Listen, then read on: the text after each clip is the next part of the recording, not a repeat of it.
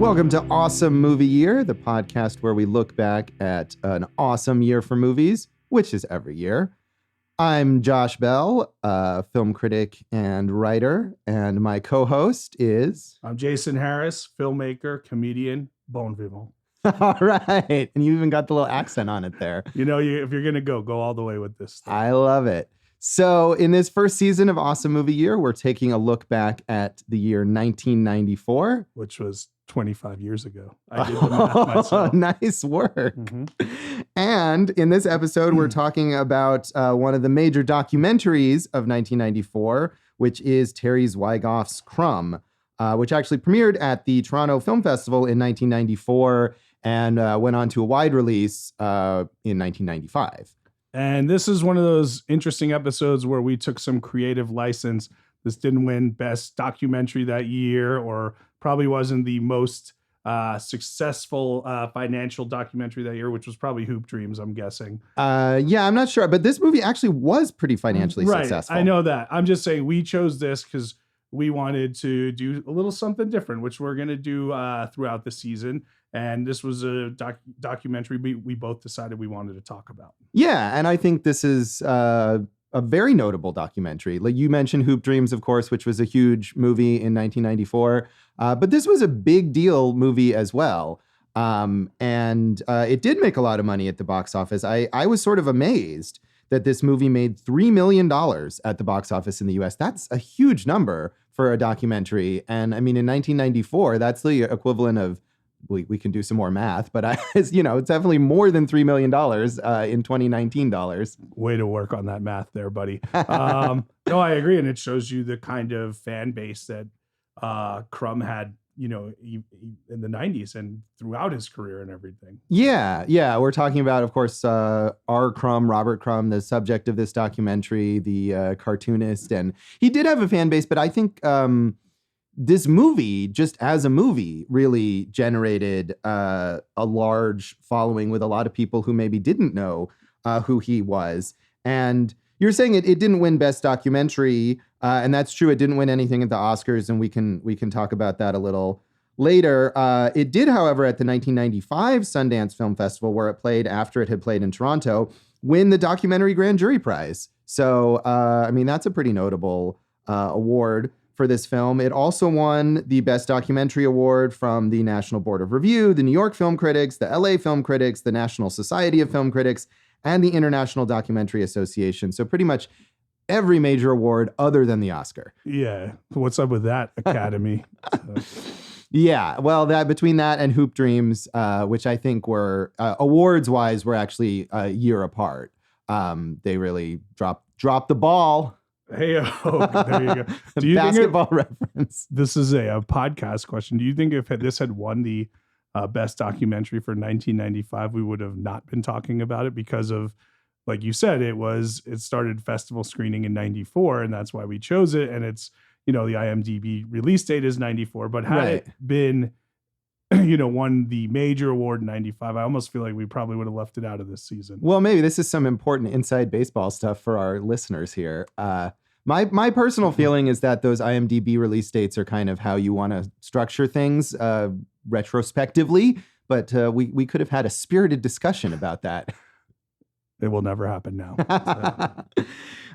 And so Crumb, in addition to winning those various awards, not the Oscar, but all those other ones, and making a surprisingly large amount of money at the box office. $3 million, which in today's term is more than $3 million. Oh, I thought you were going to tell me the actual number. I thought you were doing the math over there. We have a producer who's just sitting there. Our producer, he's got Dave a pen Rosen. and paper. He's not going to do math on that. Notes. I don't have a calculator. I got pen and paper. I can't do actual math. I like, by the way, we haven't talked about it yet, but great theme song Dave did for... of course, yes. Our wonderful producer, David Rosen of the Piecing It Together podcast. It feels very American Pie laid, by Jane to me, 1999.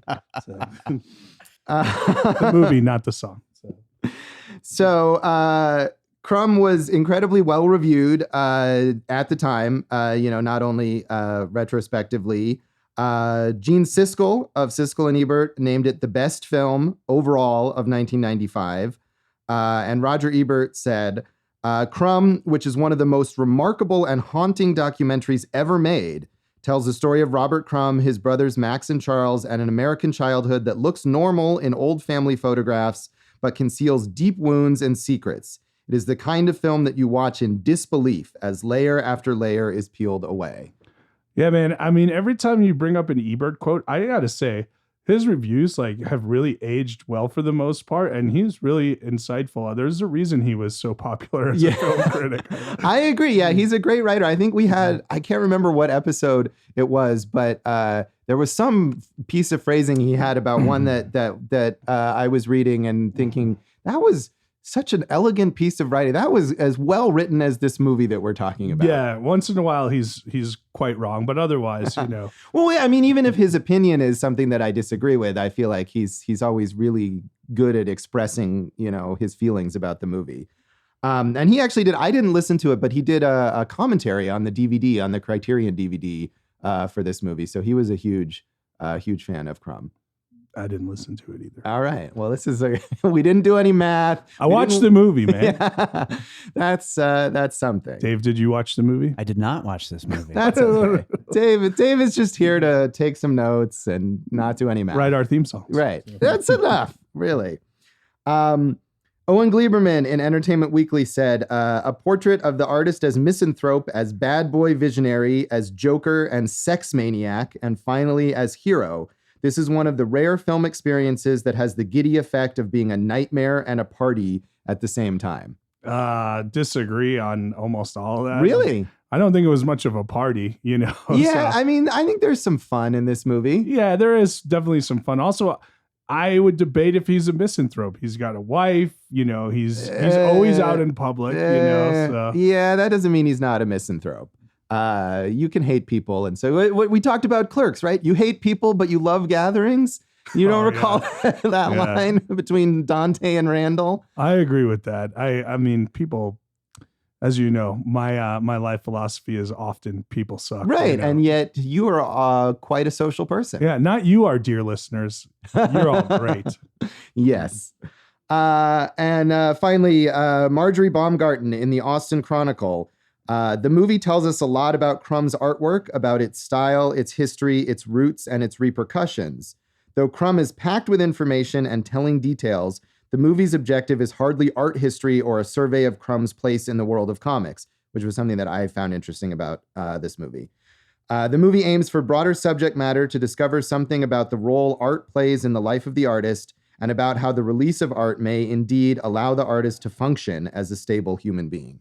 So I think those are both interesting ideas that we can talk about, whether this movie is an art lesson or how it kind of balances that with the personal story and the way that his art makes him slightly less crazy than his crazy brothers. Yeah, I mean, that is an interesting review, and it brings up a lot of good points to discuss. Yeah, so that's a little look at the history of this film when it was released in 1994 and 95, and we'll come right back and talk about our thoughts on Terry Zwigoff's Crumb. Dave, watch the movie before we come back.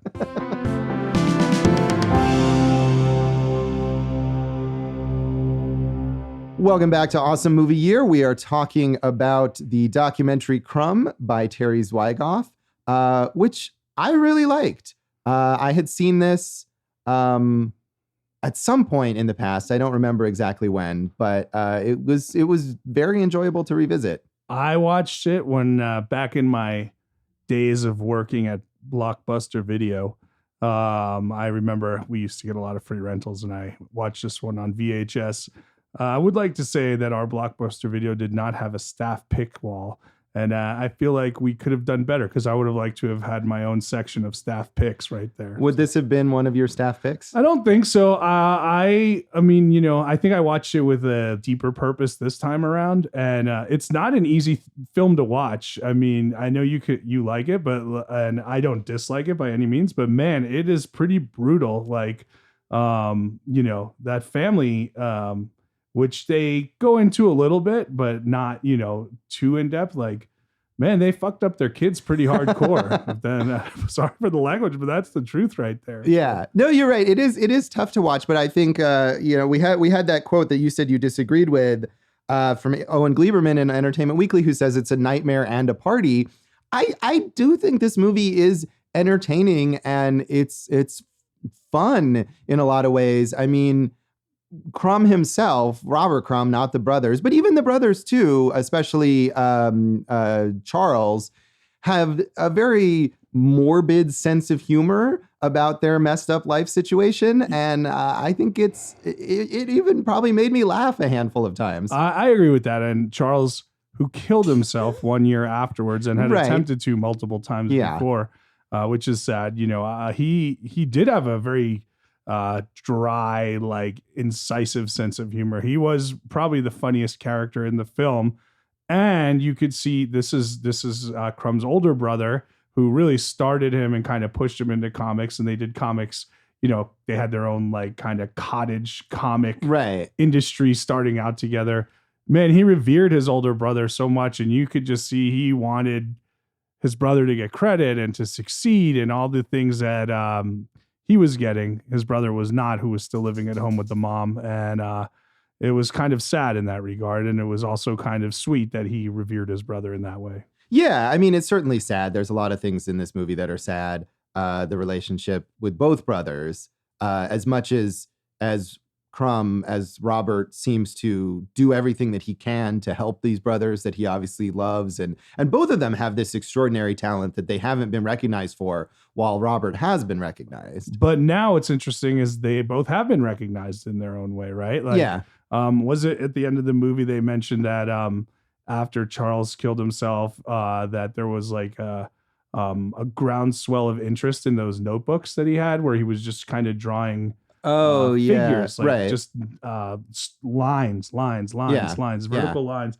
And the mom had thrown all of them out, or most of them out, because she didn't think anyone would want them. Was that in the movie, or was that in my research? I think that might be something that you looked up. But that is something I researched. Right. So that's sad. That is sad. And but you're right that they're I think this movie created a level of interest in those brothers. I mean, Robert himself had already been famous, although I think this movie increased his fame. But the brothers really were not known as artists in their own right, I don't think, until this movie allowed that. So if you don't know, Robert Crumb, Keep on Truckin', Fritz the Cat, and Zap Comics, probably the three most famous things he did, you would say? Yeah, I mean, he kind of talks at the beginning. I think the movie opens with him making fun of the Keep on Truckin' image and making fun of the Fritz the Cat movie, and really kind of which he hated. Right, which he hates all the things that he's famous for, basically.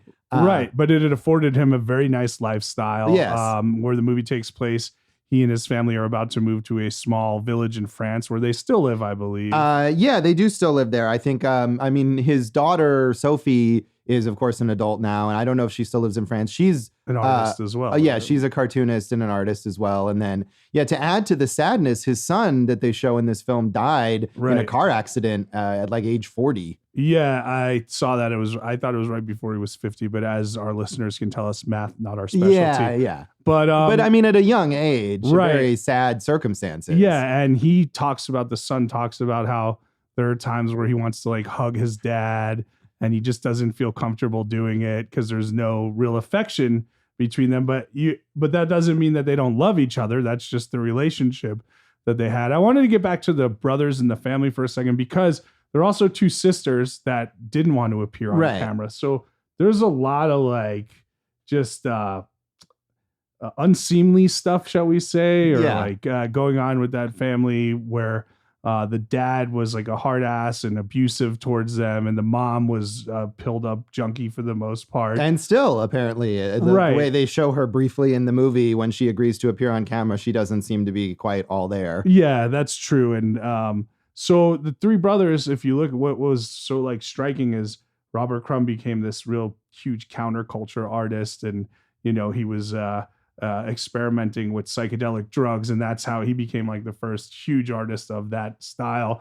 And meanwhile, his older brother and his younger brother, who are equally as talented in their own ways, one of them is living at home and has to be on antidepressants and ends up killing himself, and the other one lives in a men's hotel, which is pretty depressing when they show that and everything as well. Yes. But Maxon, the one who lives in a men's hotel, did go on to find his own success in his own ways. But all of them, even Robert Crumb, you could tell like socially very awkward, shall we say. Oh yeah, awkward is an understatement. And I mean, Charles talks about how he, never was able to have a relationship. He never had sex. He died a virgin at whatever age. Yeah, I was doing some research on that, and there's the whole thing where he had a crush on. He was a kid, and he had a crush on another boy actor. Yeah, they talk about that in the movie, Treasure Island. Okay. Yeah, I mean, they talk about Robert talks about them watching that as kids and how they made comics inspired by it, and that Charles had this obsession with the young, 12-year-old actor who stars in it. Right. And Charles was similar in the age range, right? Right. And he thought what he was doing was wrong, whether it was gay or pedophilic or pronouncing it that wrong. But that just shows like how different could his life have been if they had gotten him some treatment for, whatever he was feeling at the time. Right. I mean, and even in the movie where he's on medication of some kind, it doesn't seem like he's getting proper treatment for whatever is wrong. It's almost like just dull the pain. Right. I mean, and this is 25 years ago. Maybe if this was now, he'd have a better understanding of how to handle mental illness like that, or how to handle alternative kind of sexual desire that people in 1994 were more likely to sort of sweep under the rug. And especially in the time when these people were growing up in the 50s and 60s, you did not talk about this stuff at all. And Crumb's, much of his art is, kind of his own dealing with his own sexual desires, and what he likes and whatnot. But I did want to talk about the form, like you had mentioned in the review from the Austin newspaper there. Oh yeah, the Austin Chronicle, Marjorie Baumgarten. I did think that was interesting. Is like what you're not getting is like this retrospective of like, and then I did this, and then I did this. This is Terry Zwigoff, who most of us know from Ghost World and Bad Santa, one of my all-time favorites. Yes, right. So he filmed this over 9 years. It took a lot of permission for him to get the access to Crumb and his family, and he said that I saw this quote, when he was making this film, he was making about $200 a month and living with a back pain so intense that I spent 3 years with a loaded gun next to my bed trying to get up the nerve to kill myself. Yeah. And I think actually, weirdly enough, one of the reasons that Crumb probably agreed to do this, and one of the reasons that the movie works so well, is that Zwigoff is as messed up as the people he's making a movie about. I would agree. And it's kind of like this verite chronicle, but he does have, there are times where he does interview him and times where he's a fly on the wall, and just kind of like the slice of life of this very famous artist who has to deal with all the weird things surrounding his life and whatnot. So that I like the form. I thought it was an interesting format that we don't often see in documentaries now. Right. No, I agree. And I think, people could be frustrated, especially if you don't know that much about Crumb's career, that you're not getting that sort of chronology and the play-by-play of what he did and how he got to the point where he is as the movie opens. But I think they give you enough. Yeah. And it's integrated well, where it's not just like, here's the history of his career, now here's some stuff about his family. It all kind of flows together so that you get a full understanding of him as an artist and as a person. I agree. And I didn't know much about his art. And even having watched it long ago, I didn't remember much about it. I probably knew Fritz the Cat or whatnot. But I do think that worked well. And it was kind of well transitioned between like, hey, I'm giving a talk at this art school, so now we're going to kind of focus on this era of my art, and going back to talking with his brother in the room or whatnot, or, just kind of following him on the street, looking at him disgusted at other human beings throughout Right. life. How can you say he's not a misanthrope when we have those scenes of him where he's, he's out in public and he's doing sketches and he loves finding interesting people to draw, but at the same time, he has clear contempt for literally every person around him in those scenes. And mostly, well, unless he's physically attracted to them, then he doesn't. But even then, he has total contempt. I mean, that's one of the things is that I don't know if he uses this word, but he's clearly a huge misogynist and is willing to admit that. Yeah, he is. And I mean, that brings up certain points of controversy that would not sit well today. he drew some figures like the African American, women with huge curves and they're offensive, like by today's standards. So that's like one thing that I think is worth discussing, like how well do certain aspects of his art hold up, or what would he even think of them? Or would he just say, hey, this was a time and a place and this is what I thought. Right. Well, I think in the movie, and that was one thing I was thinking as I was watching, and I didn't remember specifically from having watched it before, is how would this art kind of play out now, and are they going to comment on it? But the movie does. I mean, to Zwigoff's credit, he interviews that woman from Mother Jones magazine who's very critical of the art and allows her to offer that perspective, kind of criticizing the misogyny of it, and as well as some racial aspects that are even more dicey, because the way he depicts women, you could argue, is simply this reflection of his own psyche and his own messed up mental state, and which he fully admits to. The racial stuff, I think, is less excusable, and especially certainly looking at it from a perspective of now. But I appreciated that the movie didn't just sweep that under the rug, and that it allowed that criticism to come to the fore. And I think I appreciated too that Crumb is self-aware. He understands that his attitudes towards women are really weird and messed up and probably not healthy. Yeah, I would say that. But with the racial stuff, do you think those pieces of art were reflective of his opinion on race, or what he thought the societal opinion on race at the time was? Yeah, I mean, I think that's what he would argue, and that hopefully, I mean, he doesn't seem like he's a racist. But it was interesting to me is that I kind of expected that argument that, like, oh, this is a satire of the popular conception of African Americans.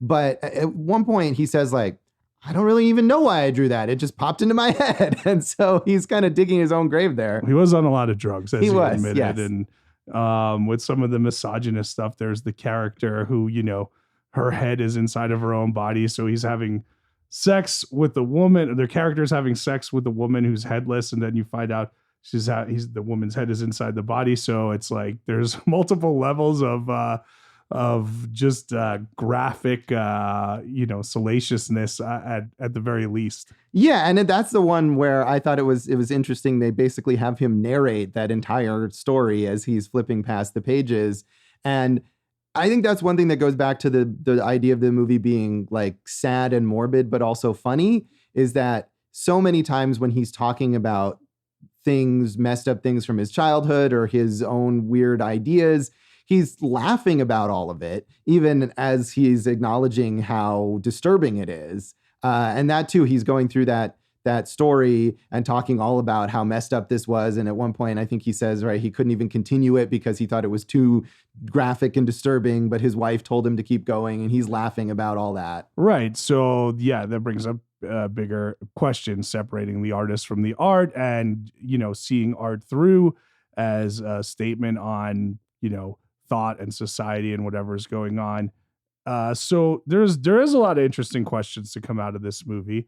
And for the most part, I was, like I said, it's not the easiest thing to watch, but it is pretty riveting. And the times where I was taken out of it were the more that Zwigoff sets stuff up. Like there's a dinner party sequence where he pans across the room and he catches little pieces of conversation. And it's almost like, okay, I'm going to catch you, and then I'm going to catch you. And then we get this vibe. And then I'm going to go to you, and you're, the publisher of this pornographic magazine. And, we're going to just hear you talk and say something about your life philosophy. And then we'll do a whole segment on you.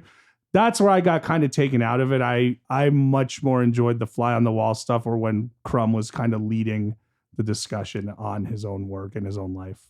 Yeah, I mean, I wasn't bothered by that stuff necessarily. I thought this movie had a good balance of that fly on the wall stuff, that obviously it took Zwigoff a long time to get the trust and to get the intimacy that he needed for that. And then the more typical documentary things, especially like the actual interviews with people like Diane Hansen, the pornographic publisher, and other artists, and the art critic that they talked to.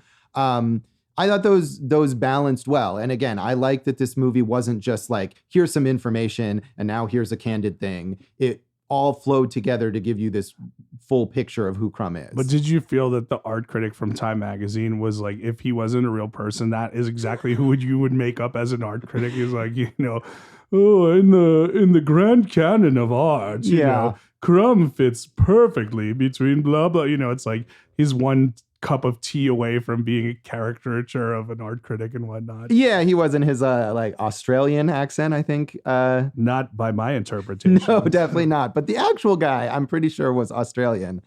Yeah, I mean, he's a real person, obviously, but in a way, he fits in with the overall tone of this movie, which is full of over-the-top personalities, including like Diane Hansen, the pornographic publisher, who I looked up a little on her afterwards too, and she should have her own documentary. I mean, the career that she had as this publisher of all these pornographic magazines, and she was so gung-ho about porn as art and how important it was. And then when those magazines kind of went out of business because the porn business changed and nobody's buying physical magazines anymore, she now works for, I think it's Taschen, which is like a high-end art book publisher based in Germany. And she's their like head of sex books or something like that. Yeah, so most of the movie takes place in and around San Francisco, which is where Crumb was based for so long. And obviously the psychedelic drug scene. To me, it's just amazing that Zwigoff took 9 years to make this movie. At some point, I'd be like, I just need to put something out,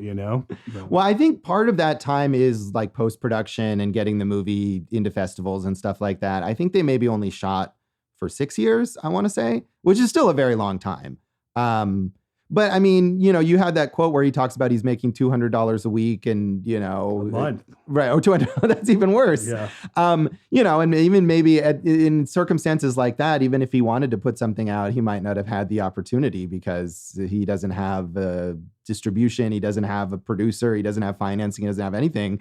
He's just capturing footage, hoping that something will happen with it. Yeah. I'm wondering why. And as far as I know, he didn't, but it would have been cool if in his future movies, if he had used some of Crumb's music, because Crumb has that kind of old timey, 1940s style band and everything. That would have been interesting if he would have referenced that in another film and whatnot. Yeah, well, Zwigoff played in Crumb's band. That was how they knew each other. Which is something that doesn't come up in the movie. I mean, they don't talk about his music. I mean, he talks about music that he likes, but they don't really talk about music that he made. Maybe that was just felt like it was outside the scope of what they were doing with the film. I'm not sure why that was. There's a scene where towards the end where they're moving to France and the moving men come and it's raining out and Crumb is like so disdainful towards them. He just assumes they won't know any of the music that he likes and that they're going to break his records because they're big, dumb laborers. And it's like, he comes off as an asshole. Yeah, he certainly does. I don't know how you could say that you didn't think he was a misanthrope after watching this movie. I guess I just, kind of associate misanthrope with like someone who is not really involved in public, like a hermit or something like that, right? Yeah. I think that's it can be that. But I think someone who is forced to deal with the public or has this sort of like contemptuous fascination with people, which seems like kind of Crumb's thing, that he hates these people and yet he's drawn to them. Yeah, because he doesn't hate, like, look, when he's talking about himself, so like art school, you can tell that he likes that, right? And clearly his fame has given him access to flirt with a lot of women, which he loves, right? Yes, so does he really hate that he's so publicly recognized, and that he has all this going for him? I would question that. And if NPR wants to pick up our podcast, this is why. Yeah, I mean, I don't know if he hates the recognition that he's gotten, but I think I guess that's the thing. Maybe he doesn't hate the people that he interacts with, but it seems like he has this kind of contempt for them. And that even extends maybe to the people in his personal relationships. There's that stuff with his ex-girlfriend where she's talking about how he treated her and how he wouldn't say that he loved her and that he, moved right on to the next person while they were still together. And, he seems like he maybe, as much as he found her attractive and enjoyed their sexual intimacy, that maybe he didn't have a whole lot of personal affection for her. Well, that question that you make, how much emotional capacity did this man have growing up with that family? Very little, it seems like, yeah. Like he was living with his wife, his first wife, when he met his new wife, and then he lived with his new wife on the same property that his first wife was still living, right? So that is unorthodox to say the least. So, I mean, a lot of this, I guess you could say, you know, hey, a criticism could be, wouldn't have been interesting to go deeper into like how all these Crumb family members got so fucked up. Like they did touch on it, but like, man, to do the number on the whole family like that, there's a lot going on there. So, but you know, overall, it is definitely a film that holds up and is worth watching. Yeah. Oh, absolutely. I mean, I think it goes as deep as it could. I mean, and the amount of time that Zwigoff spent on this movie, I think allowed him to get as deep as he possibly could have, you know, from someone who didn't like doing interviews and didn't like delving into his personal life. I think it probably took a lot to get as much as he got in this movie. So yeah, and it's fascinating.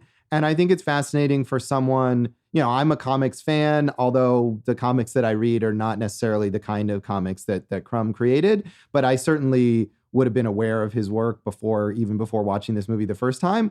But I think it's fascinating for anyone. Regardless of whether you know his work or like the kind of stuff that he does. It's just a movie about, you know, humanity, man. It's about fucked up relationships among people. A portrait of an artist is not a young man. Yes. So yeah, it's a good, you know, maybe even a great movie. I mean, I certainly think it's one of the best documentaries like of the 90s, we could say. I mean, I think I liked it. It's a good movie. I think maybe, I mean, you liked it more than I did, clearly, but I just think maybe,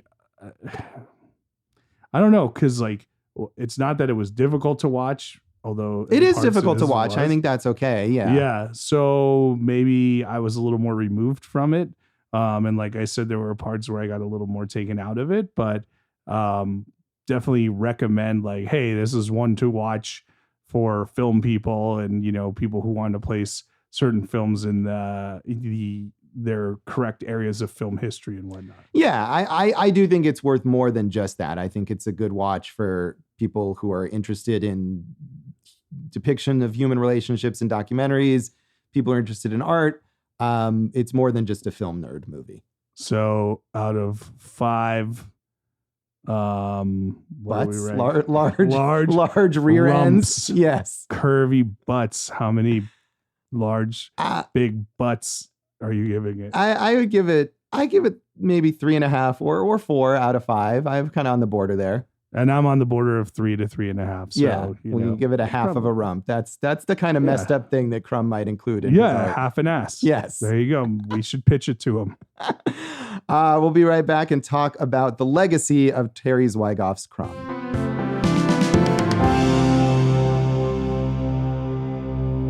Welcome back to Awesome Movie Year. We are talking in this episode on our 1994 season about Terry Zwigoff's documentary Crumb.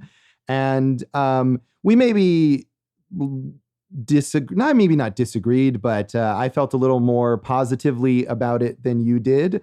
I mean, you know, as you said early on, like it's a party and a nightmare.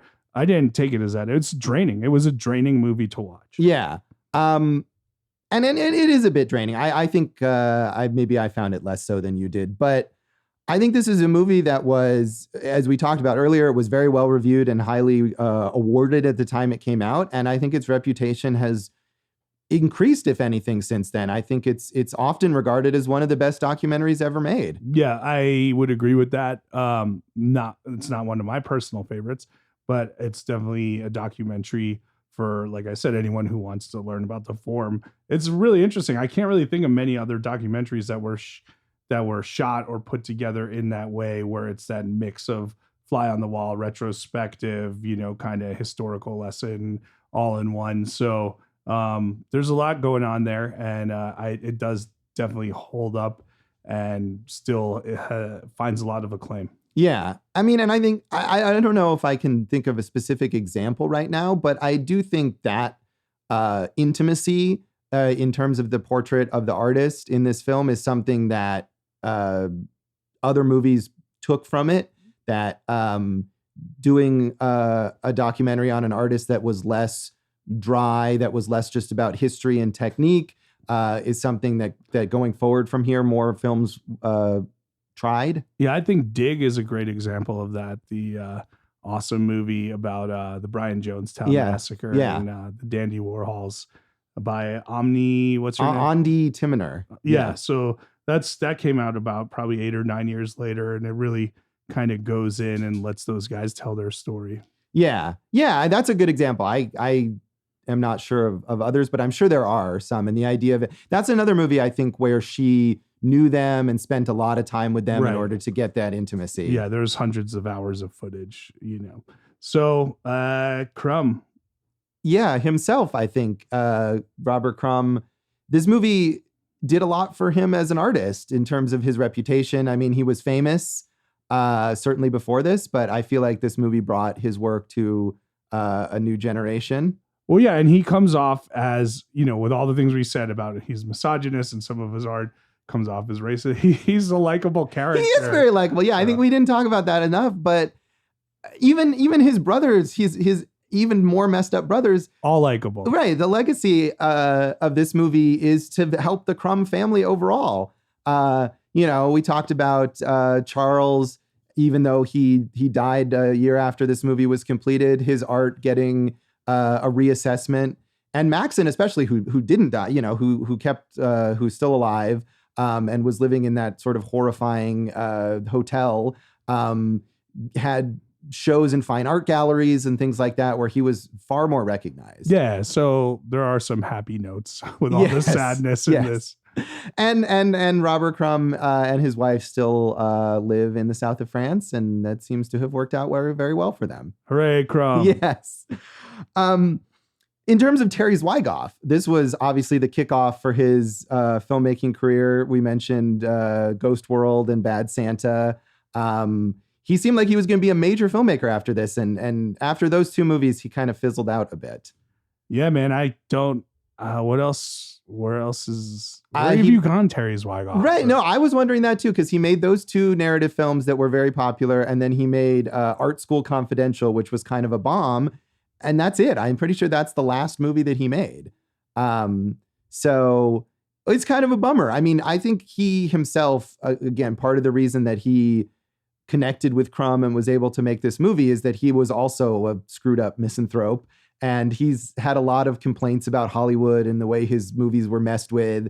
So maybe he's been labeled someone who's too difficult to work with. I don't know. But it's too bad that he didn't have a bigger career beyond those two movies after this came out, because it seems like there's a lot of promise in him as a filmmaker here. We're ready for you. Come back, Terry. Come back. But one thing I also noticed, and I haven't seen Ghost World in a while, but the Steve Buscemi character in that movie is very R. Crumb-esque. Yeah, you could almost wonder if it was all, or how much of that character is based on him. Yeah, I mean, the affection for old-timey music and the contempt for every person that he meets, basically, and the kind of attraction to the curvy younger ladies. All of that stuff is taken from Crumb. Even though Ghost World is based on a graphic novel by Daniel Clowes, I think Zwigoff brought a lot of his Crumb interest to that movie as well. So the one other legacy thing that I wanted to talk about that we touched on earlier is the way that this movie was snubbed at the Oscars. And between that and Hoop Dreams being snubbed the year before, actually led to a change in the rules of how they nominate documentaries for Oscars. So that's a pretty major impact that this movie had. Well, what was the change? I believe it was just in terms of like the makeup of the committee and how they were determining what gets nominated. I think there was a quote from Zwigoff where he said that previously the committees was made up a lot of just distributors of documentaries who would nominate their own films that they distributed. And I think it was maybe expanded a bit to more filmmakers, allowing a more diverse collection of movies to get nominated. And those rules, I think, have changed multiple times over the years because criticisms continue. Yeah, they've done a better job recently of nominating and also picking winners, I think. But overall, like, the Oscars always get stuff wrong. They do. Although I think looking through, you know, when we were kind of coming up with what do we want to talk about in this season, and looking through the list of like what were the documentaries nominated for an Oscar that year, I don't know if I had heard of any of them. It doesn't seem like they really captured what the zeitgeist was of documentary filmmaking then. Later, bros. So, any other legacy points on Crumb that you want to mention? No. Thank you for your input, Jason Harris. So that is Terry Zwigoff's Crumb, and that is this episode of Awesome Movie Year. Check us out on social media. We're on Facebook at Awesome Movie Year, and Twitter, and where else are we? Anywhere? Instagram. Yeah. All Awesome Movie Year, awesomemovieyear.com as well. Subscribe and like us, iTunes and Stitcher and wherever else you might get your podcasts. Personally, on your old timey radio. If Robert Crumb gave you an old timey radio or phonograph, you know, you want to listen to the pods on there. Yes, we're all for it. I can be found on all the socials at Jason Harris Comedy or J Harris Comedy. You can find me on Twitter at Signal Bleed and on Facebook at Josh Bell Hates Everything. And our producer, David Rosen, has his wonderful Piecing It Together podcast, which you can find on all the same places you listen to this show. And you can find us on social media at Piecing Pod. And also just wanted to mention anyone looking to get into Crumb, we've got lots of Crumb stuff at Wax Trax Records here in Las Vegas. Oh, nice plug. That is a personal plug because the Rosen family owns it. Yep. Hey, what are we doing next week? What are we doing? Let me tell you, we picked one episode per season where we each get a personal choice. Pick any movie that came out this year that we want to talk about. Next week is Josh Bell's pick, Wes Craven's New Nightmare, which I'm very curious to hear what Jason has to say. I think it'll be an interesting discussion.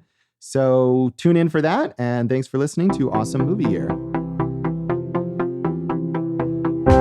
Thank you for listening to Awesome Movie Year. Make sure to follow Awesome Movie Year on Facebook, at Awesome Movie Pod on Twitter, and at Awesome Movie Year on Instagram.